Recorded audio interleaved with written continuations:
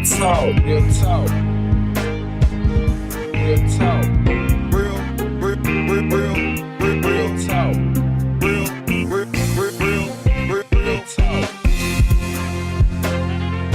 Welcome to Real Talk for Real Teens, the show where we uniquely combine the information teens need with the entertainment teens want. Welcome, guys, to another episode of Real Talk for Real Teens. I'm so excited for you to be here today. My name is Kim Creighton. I am your host. And before we jump right in, I want to, again, inform you that starting November 3rd, the show will be going 5 days a week. So we'll be airing Sunday through Thursday at 8 p.m. Eastern Standard Time. So make sure you start listening in Sunday through Thursday, and with that, we'll be actually not just playing musical artists' music, but we'll be interviewing them as well, along with our guests.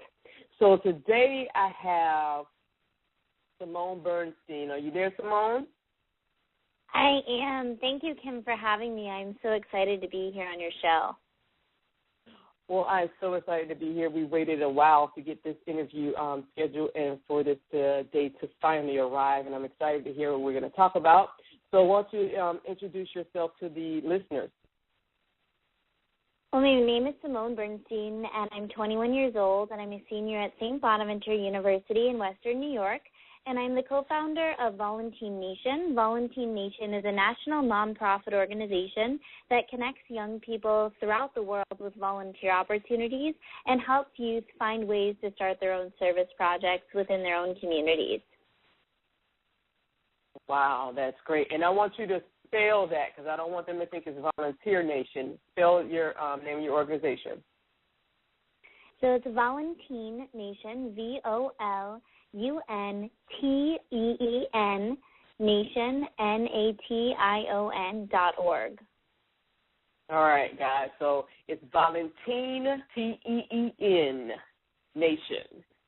So you can start finding, going to Google and finding that now. Instead it's .org. So what 21st century skill will we be talking about today? I'm really excited to talk about communication. It's really allowed me to grow, and I really want to try to help others understand the importance of utilizing communication. All right, as I start all of these conversations so that everybody's on the same page, why don't you give us your definition of communication?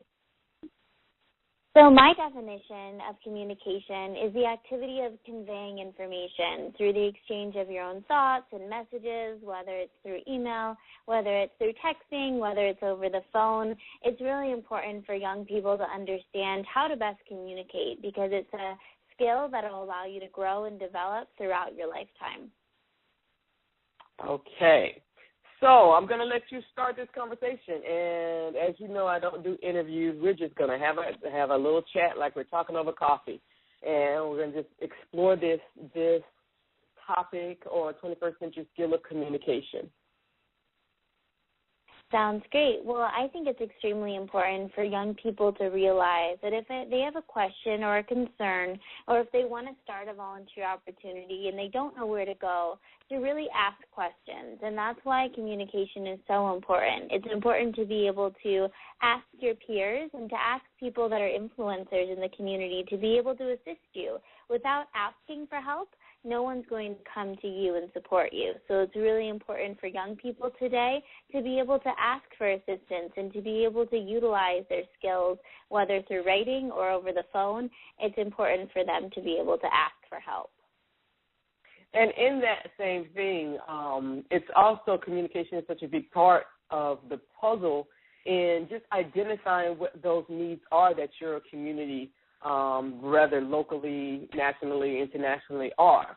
If you're not communicating with the stakeholders, those people who may be impacted or influenced, the people you need to influence with your ideas, to find out what the needs are, that's a major part of communication because you may think one thing and because you sit down and talk to some church people or, some legislative people, and you're like, oh, that's not really the issue, or that may be the issue, but this might be a better way to tackle this same thing.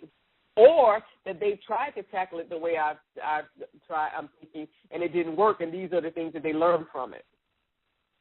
Exactly. It's extremely important for young people to be able to realize that they need to identify the issues within their community. All communities have various issues, and so it's important to be able to communicate with political leaders, with activists, with other young people, with your peers, with nonprofit organizations that are nearby, and to be able to look them up to find out what they bring to the table and to work together, because young people bring such a different voice and they have such various experiences that adults don't have and can't bring to the table. So it's important for young people to recognize how their voice is different than others.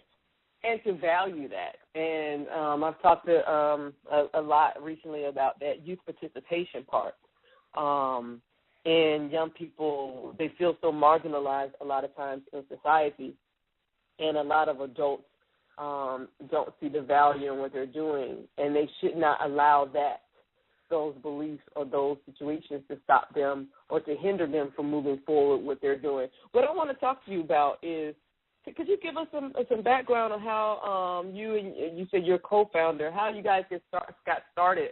What was the impetus behind that? What was the need, and how did you guys move forward? Because you guys are a great example for your peers of, because I'm sure it took a lot of communication to get this thing going and to keep it moving.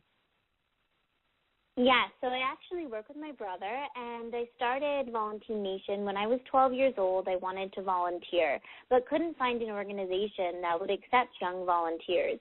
And so my brother and I started to volunteer within our community. We luckily found an organization that was willing to take our help. But so many organizations are concerned that young people are unable to provide an effective means for them to bring in a lot of young people to their organization due to liability and safety concerns. So I started a local organization with my brother called St. Louis Volunteer, and we both have very different skill sets. My brother was very interested in the background of utilizing the computer and programming the website, and I was more interested in speaking with organizations about the benefits of youth volunteers and also speaking with young people throughout the St. Louis area about the importance of volunteering. Then a year and a half later, we realized there wasn't a national site. A lot of people emailed us asking us where they could find volunteer opportunities in their hometowns.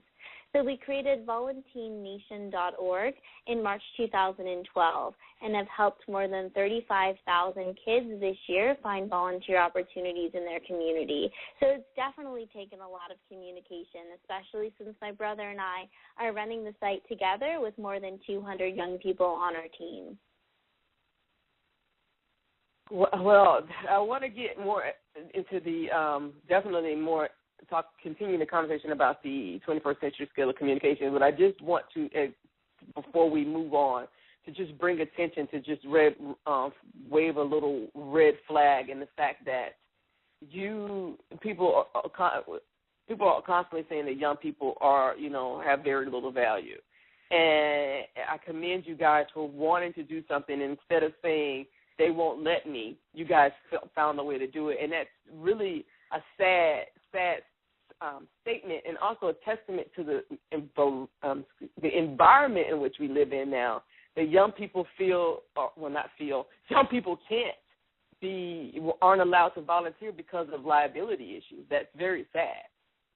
It is very sad, and so we're trying to encourage more organizations to understand that youth are the most beneficial volunteers. They're the most motivated, dedicated, and energized. So we hope that more organizations will realize the importance of youth, and we also want youth to realize that if they're ever turned down by an organization, that there are so many others that will want them to volunteer. And if they aren't able to find that specific organization that fits their interests, that will allow them to volunteer, they can always create their own service projects as well within their communities. Okay, so now you brought up, I'm loving this conversation because you brought up two things. I want you to talk about, on the communication end, how do you approach, since these organizations have this trepidation, have these legal issues, how have you communicated with them in trying to get them to understand the benefits of working with young people, and not only that, but change their policies? And also, how are young people able to create their own service learning projects? So when we have organizations that have a little bit of an issue with youth volunteers due to their safety and security concerns, we initially send them an outreach email and then communicate with them by phone and ask them to discuss the benefits of youth volunteers and understand that they can easily bring in youth volunteers to some of the programs that they already have in place. So what we do is we work with them to create easy ways in which young people can either come with their parents or young people can work at a program that they already have within the organization. And soon, once they realize that youth are beneficial volunteers, they start to increase their program and realize that it doesn't take much time to support a youth volunteer program. What it does take is a lot of motivation and dedication from the people that are on the organization's team, because an organization really needs to believe that youth are beneficial for youth to really enjoy the volunteer experience there. And to be able to encourage youth to volunteer and start their own service projects, what we do is we have databases and collective resources that youth can access through Volunteer Nation to help them be able to put on a service learning project within their community.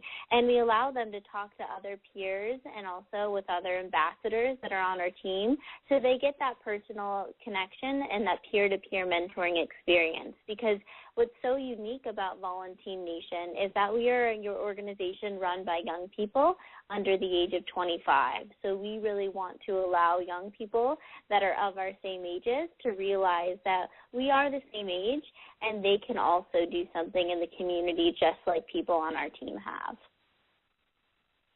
Cool. So when you're working with, and this just, again, brought up something, you're not talking about when you're working with these organizations. These are organizations that typically work with young people. So this is where it's just something that they haven't done. They don't know how to do it. They have their own legal issues, or they think they have legal issues, because if they never work with young people, they really don't know what the issues may be. Yes, and that is the common thing that we find, is that there are a lot of organizations that will take young volunteers, but the ones that don't have youth volunteer programs are typically the ones that just haven't recognized the benefits of youth volunteers and don't realize that having a youth volunteer can be just as beneficial or better than any adult that's coming in to give time to their organization. Yeah, so that's what I'm glad you kind of allowed me to see that difference, because it's the same thing. You don't know what you don't know, or because you haven't worked with it, it's easy to put up a barrier or a block initially to say, oh, that's something we don't do. People do it every day. You know, I haven't done. I've never been to a certain kind of restaurant, so the first thing out of my mouth is I don't like that. And then my next question is, oh, so when did you try it? And then it's, I never tried it. You know, it's just that's the, you know, everybody wants to save face, you know, or, you know, just the whatever it is. I don't know what that is. But so I'm not even going to try to justify it or understand it. But that's always the initial reaction. It's like people feel like they're put on the spot. And instead of saying, you know what, we've never done this, I don't know how to do this, it makes me, or even worse, you know, you get even, you know, more comfortable. I mean, personal. The thought of this makes me uncomfortable, and, hey, I don't know what I'm doing, you know. So we just throw out that platitude of, oh, yeah, we try, oh, it doesn't work for us. Yes, definitely. That is very true, and it's something that we hope more organizations will realize.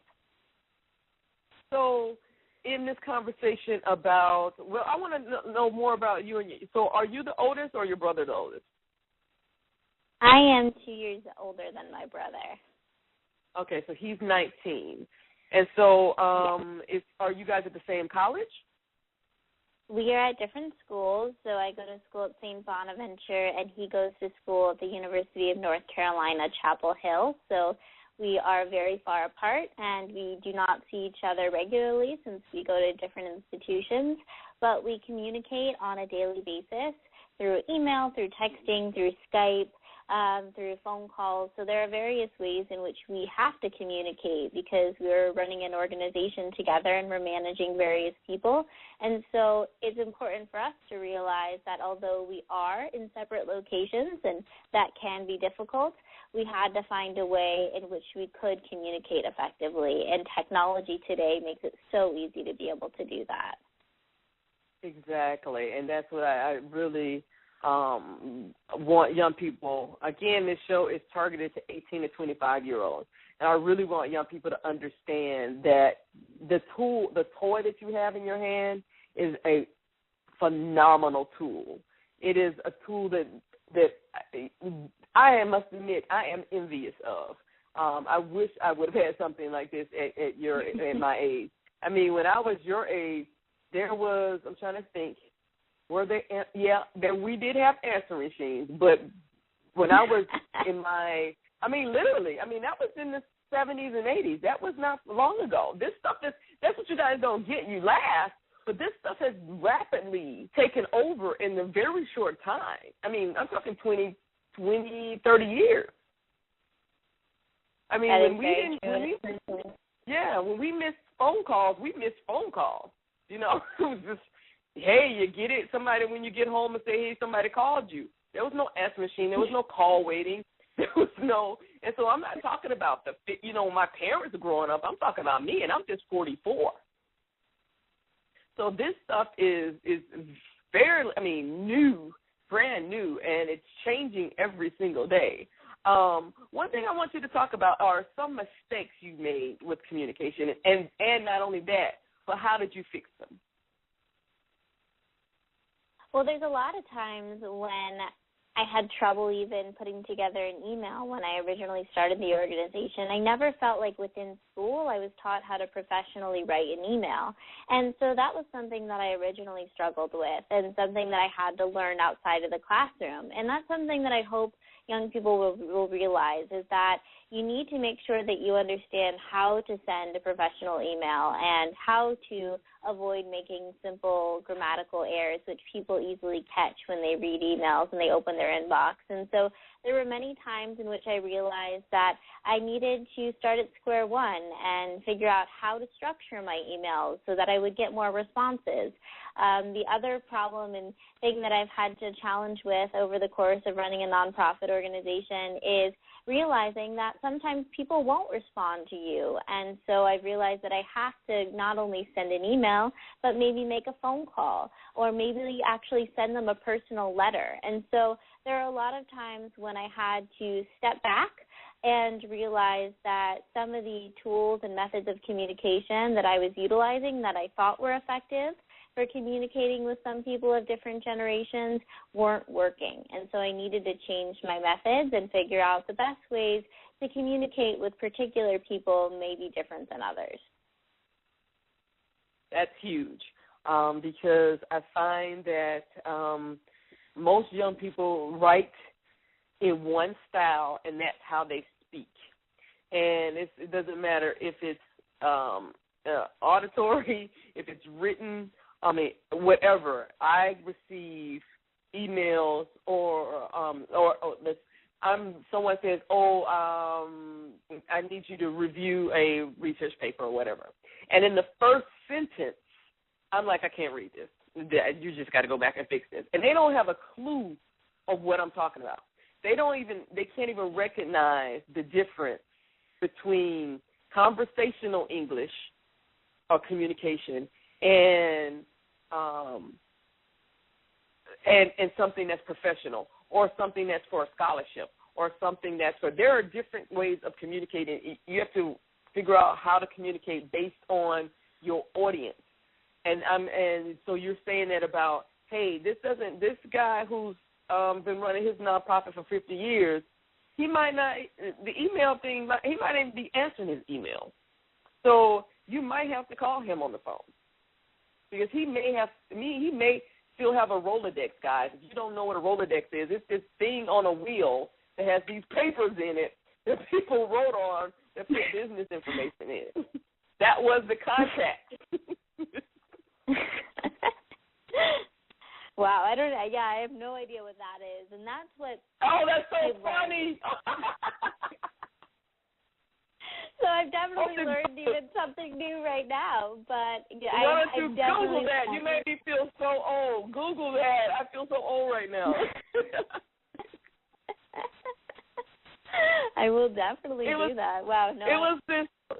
Oh my God! It was this thing that you sat on your desk, and it had these like cardboard. It was big enough that you could staple a business card to it, or you could write on it. And you stuck them in this thing so you could take them out if you needed to write on it, or to turn around to put your make your phone call, and you put it back in there. And they were alphabetical, so they had these things sticking up with R, A, B, so you can find everybody. And you tried to keep them in alphabetical order. Yes. That was the Rolodex. That's what we had to live with, guys. And again, that was 30 years ago.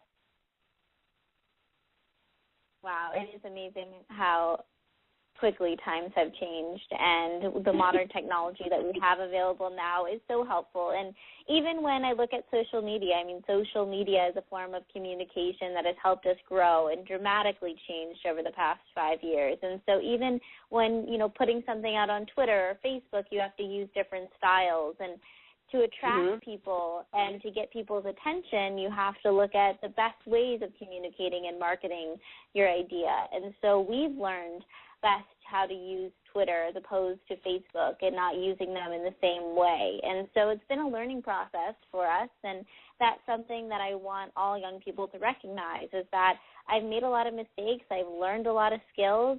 The best thing that I think I was ever taught was something that, someone told me when I was 12, to always say thank you, and to always be so appreciative of the things that people give you and the skills that they teach you. And just simply sending a thank you note is something that a lot of people don't do. Right there. Stop right there. That's the lost art. And if you put that in your repertoire, the send a thank you note, you are so far ahead of any peer, let alone any adult. Very few people send thank you notes now. It's so sad. There are very few times in which I think I get thank you notes from people when, we match an organization with a huge group of volunteers, or when we work with an organization to help them understand the benefits of youth. And whenever we do, though, it really sticks in my mind. And so that's probably the best advice that I ever received. Yes, that is. I agree with you on that. That leaves just, it's like the icing on the cake. You've had a wonderful experience with somebody, someone, you met each other needs. You've had a very great collaborative relationship. You communicated well. And then when you both part, all of a sudden you get in the mail this card or this letter saying, you know what, I just want to say thank you for the opportunity. Whether you got the job or if you didn't get the job, wherever you got the connection or you didn't get the connection, that sticks out, because the next time I'm looking for an employee or I'm looking to communicate or collaborate with somebody, guess who I'm going to think about? Wow, and I am just amazed by the fact that a lot of people don't do these things, and they feel like it's behind the times to actually get out a pen and paper and write a thank you note. But a lot of those things are still important today and will really never lose their magic touch. And I'm going to tell you, sometimes, like now, I don't even mind a thank you email. That's rare.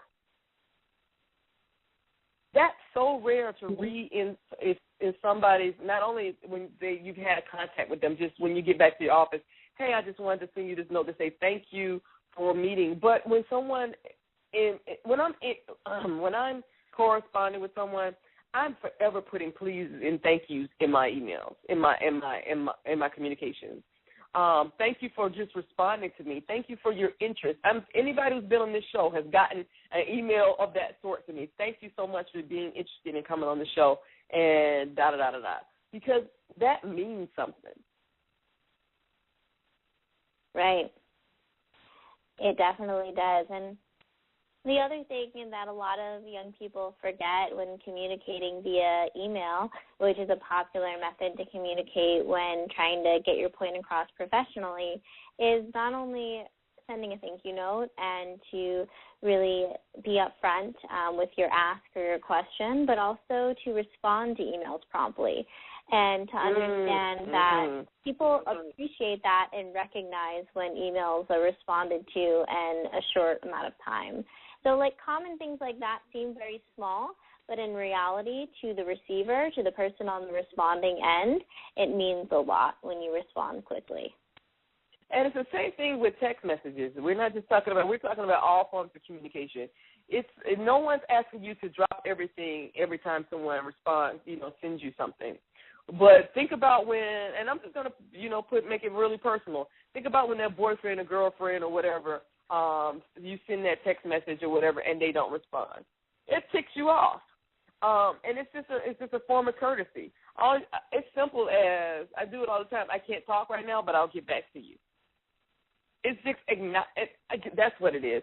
It's acknowledging that someone exists. It's acknowledging that and you're important enough to me that I can respond to what you have to say. Right. Yes, and I mean, I even forgot about that. When someone doesn't respond to me, I just get extremely frustrated, and it is something that everyone goes through on a personal and a professional level, but a lot of people forget how important those little things are. Well, Simone, I can't believe our time is almost up, so we're going to take a quick break, and when we come back, I want you to give your peers 3 tips for them to improve their communication skills. Sounds great. Follow us on Facebook at Real Talk for Real Teens and on Twitter at RTFRT Radio. New or unknown music artists, we need you for the show. If you'd like your own mini concert, please send a request for information to realtalkforrealteens@gmail.com. All right, Simone, what are your 3 tips? So a lot of them are ones that I've reviewed throughout our conversation, but just to sort of put them all together, one of the most important is to develop effective listening skills. So not just spending the time talking, but also listening and jotting down notes if you're in a meeting to make sure that you're always prepared. Also, always ask for help when you have questions. So if you sit down and don't ask, no one's going to come to you. So make sure that you're always prepared with questions, whether in an interview, whether you're in a meeting. Always be prepared to ask those difficult and challenging questions. And also the third one, which I also said a little bit earlier, is utilize modern technology to effectively communicate with people. Whether you're using social media, whether you're using email, make sure that you're using the right mode of communication to be able to find those influencers that can help you make a difference in the world. Wow, thank you very much. But before you leave, I need you to make sure you give us all your information again for your organization. Will do. Yes, my name is Simone Bernstein, and I'm the co-founder of VolunteerNation.org, and we are a national nonprofit that connects youth with volunteer opportunities, and anyone can contact me by emailing Simone, SIMONE, at VolunteerNation.org. Well, thank you so much, Simone. It has been a pleasure to talk with you. Again, this is a conversation I've been wanting to have with you for such a long time. You were so instrumental in helping me look for an intern when I was in that moment of the show. And so I want to thank you. I know I thanked you then, but I want to thank you on air for all you've done because you retweeted that constantly for me. So thank you very much. Well, thank you for having me on the show tonight. I really appreciate it. And this is such a neat concept. I love to be able to talk about a skill and then work around ways in which I've developed a nonprofit. So I'm excited to be able to watch even more and listen to other people on the show in future weeks. And congratulations on going to a daily show in November. Well, thank you very much. And I'm sure you'll be back because I love talking to you. So thank you, Simone, and have a wonderful evening. Thank you. You too. The Real Talk for Real Teens community is the premier membership organization for young professionals. Real Talk for Real Teens community provides the most comprehensive resources and education designed to advance the skills, integrity, and value of its members as professionals. Become a member at www.rtfrtc.com.